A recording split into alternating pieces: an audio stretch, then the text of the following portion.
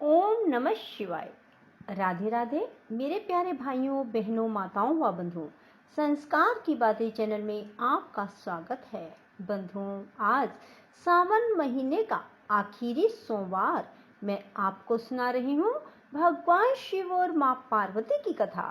बंधुओं, सावन महीने के अंतिम सोमवार के दिन भगवान शिव और माँ पार्वती की इस कथा को सुनने मात्र से आपकी हर मनोकामना शीघ्र पूरी होगी। बंधुओं, पूर्ण विश्वास के साथ ही भगवान शिव और माँ पार्वती की इस कथा को सुनना। बोलो शिव शंकर भोलेनाथ की जय, माँ पार्वती की जय। ब्रह्मा जी कहते हैं, नारद, कन्या दान करके दक्ष ने भगवान शंकर को नाना प्रकार की वस्तुएं दहेज में दी। यह सब करके वे बड़े प्रसन्न हुए। फिर उन्होंने ब्राह्मणों को भी नाना प्रकार के धन बांटे। तत्पश्चात लक्ष्मी सहित भगवान विष्णु शंभु के पास हाथ जोड़कर खड़े हुए और बोले, देव देव महादेव, दया सागर, प्रभो तात, आप संपूर्ण जगत के पिता हैं और सती देवी आपकी माता है। आप दोनों सत्पुरुषों के कल्याण और दुष्टों के दमन के लिए सदा लीला पूर्वक अवतार ग्रहण करते हैं। यह सनातन श्रुति का कथन है। आप चिकने नील अंजन के समान शोभा वाली सती के साथ जिस प्रकार शोभा पा रहे हैं, मैं उससे उल्टे लक्ष्मी के साथ शोभा पा रहा हूँ। अर्थात सती नीलवर्णा तथा आप गौरवर्ण हैं, उससे उल्टे मैं नीलवर्ण और लक्ष्मी गौरवर्णा है।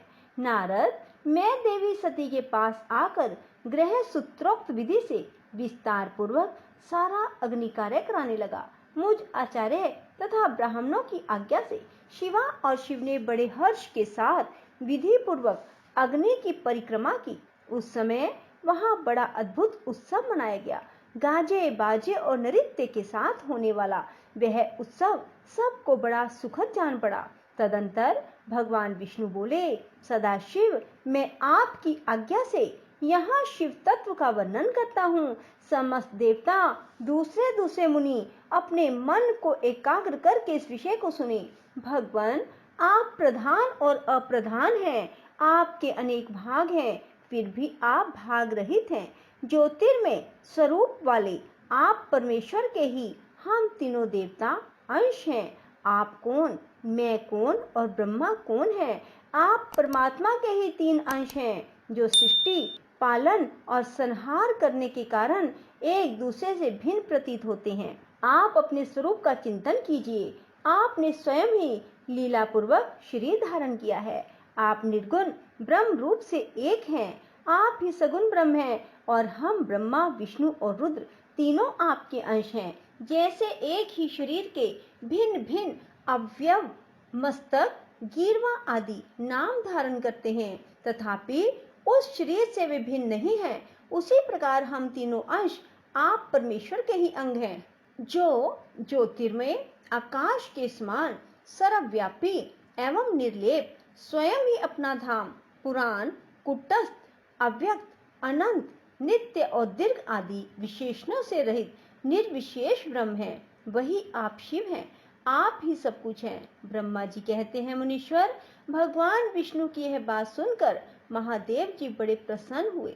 तदंतर उस विवाह यज्ञ के स्वामी परमेश्वर शिव प्रसन्न हो लोक की गति का आशय ले हाथ जोड़कर खड़े हुए मुझ ब्रह्मा से प्रेम पूर्वक बोले। शिव ने कहा, ब्रह्मन, आपने सारा वैवाहिक कार्य अच्छी तरह संपन्न करा दिया। अब मैं प्रसन्न हूँ। आप मेरे आचार्य हैं। बताइए आपको क्या दक्षिणा दूं? सूर्यज्येष्ठ, आप उस दक्षिणा को मांगिए। महाभाग, यदि वह अत्यंत दुर्लभ हो तो भी उसे शीघ्र कहिए। मुझे आपके लिए कुछ भी अदेय नहीं है। मुने, भगवान शंकर का यह वचन सुनकर मैं हाथ जोड़ विनीत चित्त से उन्हें बारंबार प्रणाम करके बोला, देवेश, यदि आप प्रसन्न हो और महेश्वर, यदि मैं वर पाने के योग्य हूँ तो प्रसन्नता पूर्वक जो बात कहता हूँ उसे आप पूर्ण कीजिए। महादेव, आप इसी रूप में इसी वेदी पर सदा विराजमान रहें, जिससे आपके दर्शन से मनुष्यों के पाप धुल जाएं। चंद्रशेखर, आपका सानिध्य होने से मैं इस वेदी के समीप आश्रम बनाकर तपस्या करूं, यह मेरी अभिलाषा है। चैत्र के शुक्ल पक्ष की त्रयोदशी को पूर्व फागुनी नक्षत्र में रविवार के दिन इस भूतल पर जो मनुष्य भक्ति भाव से आपका दर्शन करेंगे, उसके सारे पाप तत्काल नष्ट हो जाएं, विपुल पुण्य की वृद्धि हो और समस्त रोगों का सर्वथा नाश हो जाए। जो नारी दुर्भगा, वंध्या, कानी अथवा रूपहीना हो, वह भी आपके दर्शन मात्र से ही अवश्य निर्दोष हो जाए।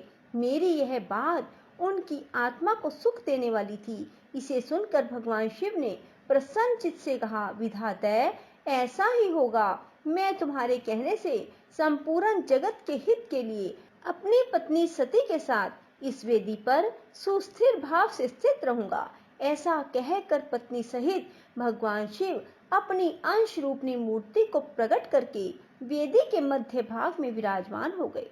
तत्पश्चात 100 जनों पर स्नेह रखने वाले परमेश्वर शंकर दक्ष से विदा ले अपनी पत्नी सती के साथ कैलाश जाने को उद्यत हुए। उस समय उत्तम बुद्धि वाले दक्ष ने विनय से मस्तक झुका, हाथ जोड़ भगवान वृषभध्वज की प्रेम पूर्वक स्तुति की। फिर श्री विष्णु आदि समस्त देवताओं, मुनियों और शिव गणों ने नमस्कार पूर्वक नाना प्रकार की स्तुति करके बड़े आनंद से जय जयकार किया। इसके बाद दक्ष की आज्ञा से भगवान शिव ने प्रसन्नता पूर्वक सती को वृषभ की पीठ पर बिठाया और स्वयं भी उस पर आरूढ़ हो वे प्रभु हिमालय पर्वत की ओर चले।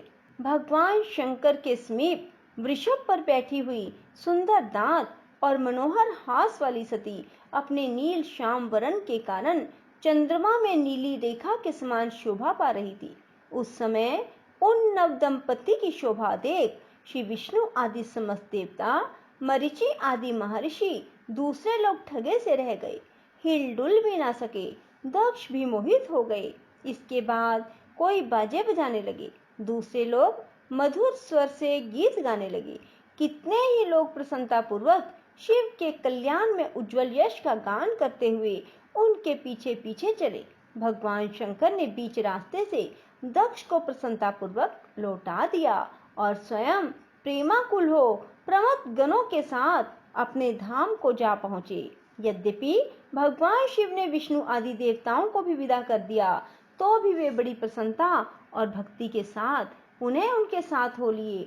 उन सब देवताओं, प्रमथ गणों अपनी पत्नी सती के साथ हर्ष भरे शंभु हिमालय पर्वत से सुशोभित अपने कैलाश धाम में जा पहुंचे। वहां जाकर उन्होंने देवताओं, मुनियों तथा दूसरे लोगों का बहुत आदर सम्मान करके उन्हें प्रसन्नता पूर्वक विदा किया।